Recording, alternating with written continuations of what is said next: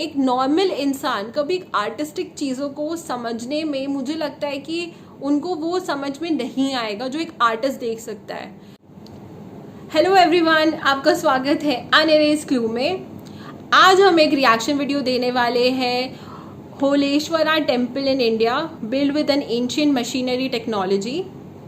ये बेसिकली प्रवीण मोहन जी की वीडियो है। मैं बेसिकली प्रवीण मोहन जी को बहुत टाइम से फॉलो करती हूँ।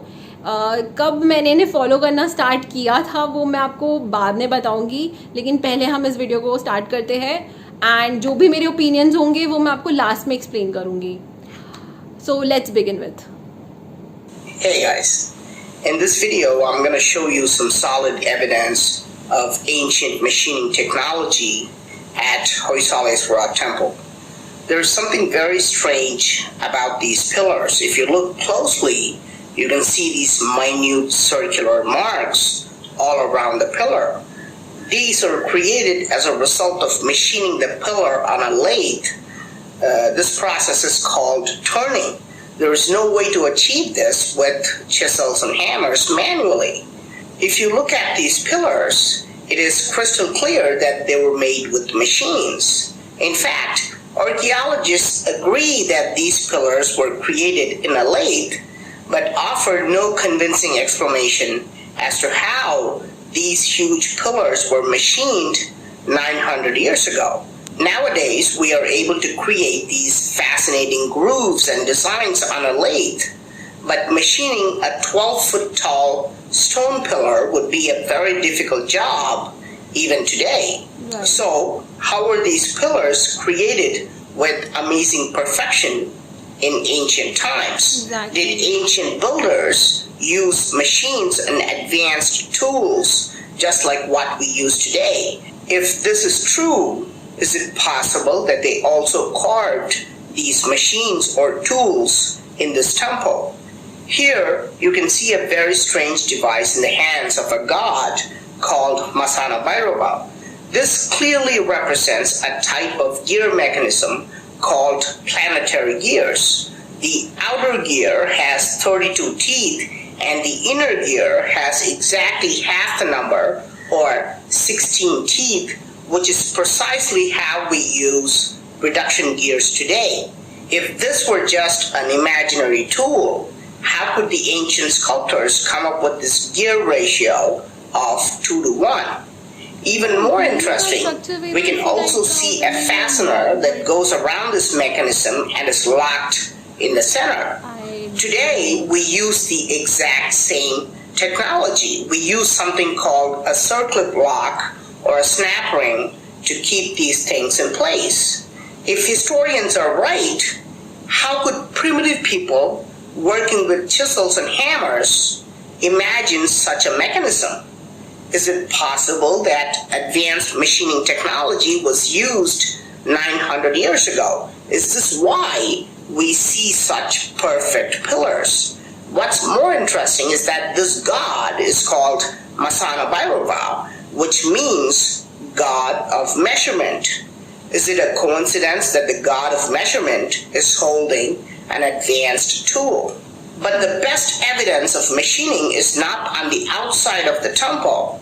Let's go into the deep, dark areas of the temple and see if we can find more evidence. Here's a 7-foot tall god with the most uncanny ornaments. His crown is adorned with skulls which are less than 1 inch wide. I realized that I could pass a small twig through one eye and it would come out through the ear on the other side. The twig can also be passed from ear to ear and also ear to mouth and any way you want. What does that mean? It means that the entire skull is hollow inside. It is impossible to remove the inside of a small sphere, which is only 1 inch wide. Even with modern machines, this would be very difficult, but we know for a fact that creating a hollow sphere inside of such a small rock is impossible with primitive tools. Even more interesting, we can shine a flashlight between his head and crown, and the light shines through. there is a very small gap between the head and the crown.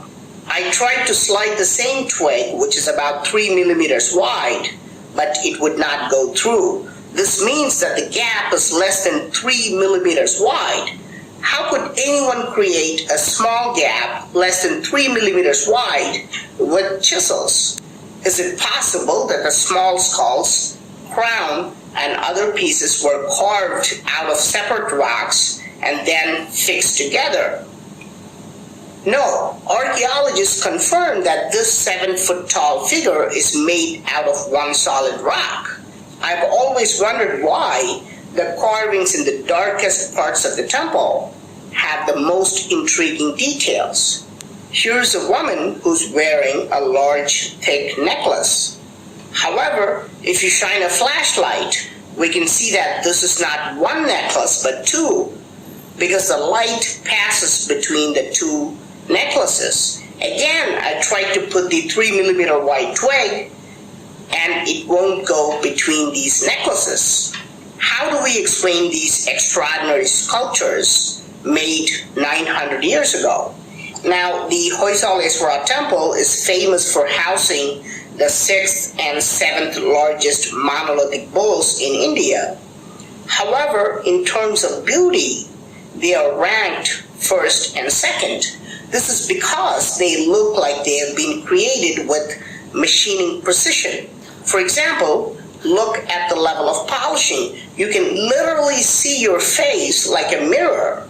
And this is after 900 years of corrosion and damage. So you can imagine how perfect they would have looked at the time they were created. Is it possible that this kind of polishing was done with machines?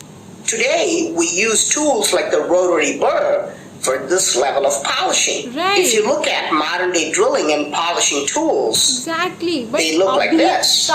Were tools like these also used in ancient times? And more importantly, are these tools also shown in the temple's carvings? Here we can see a tool that almost looks identical to the rotary burr in the hands of a deity. Here's another one that's holding a slightly different tool. Note that the devices look the same, but are not identical. The ridges are different. The drilling and polishing tools we use today also have different ridges for different types of outcome. Around the world, we can see gods holding this mysterious tool that is thought of as pine cones. Are these really pine cones? Is it possible that the gods in this Indian temple are also holding actual pine cones and not tools? Well, there are no pine trees in India, so how could the ancient builders in India have seen pine cones 900 years ago?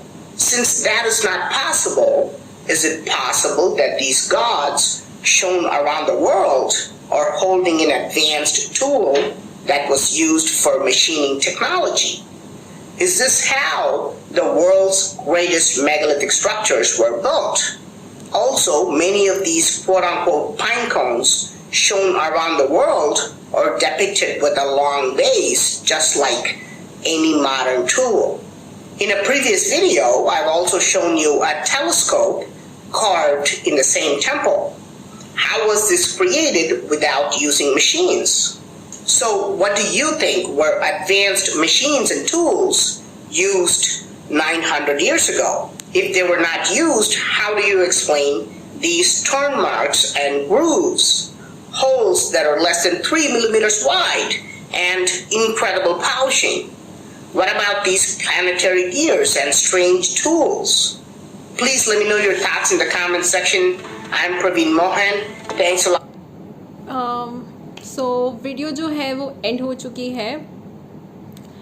Basically इन्होंने जो भी बातें बोली है मुझे कहीं ना कहीं मुझे रिलेटेबल थोड़ी सी एज इन मैं ये कह सकती हूँ कि मेरे थोड़े ओपिनियंस थोड़े डिफरेंट हो सकते हैं, because that is an sculpture and ये जो चीज़ें जो डिपिक्ट करने की कोशिश कर रहे that there was an ancient alien and all, I would say that कि ये एक आर्टिस्ट था जिसने ये चीज़ों को बनाई है।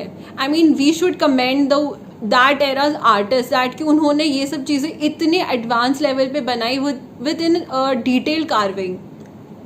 मैं प्रवीण मोहन जी को मैं पहले से जानती, मैंने उन्हें फॉलो अप करना मैंने तब स्टार्ट किया था क्योंकि मैंने इन्हें एक शो में देखा था जो कि एंशिएंट एलियन शो था।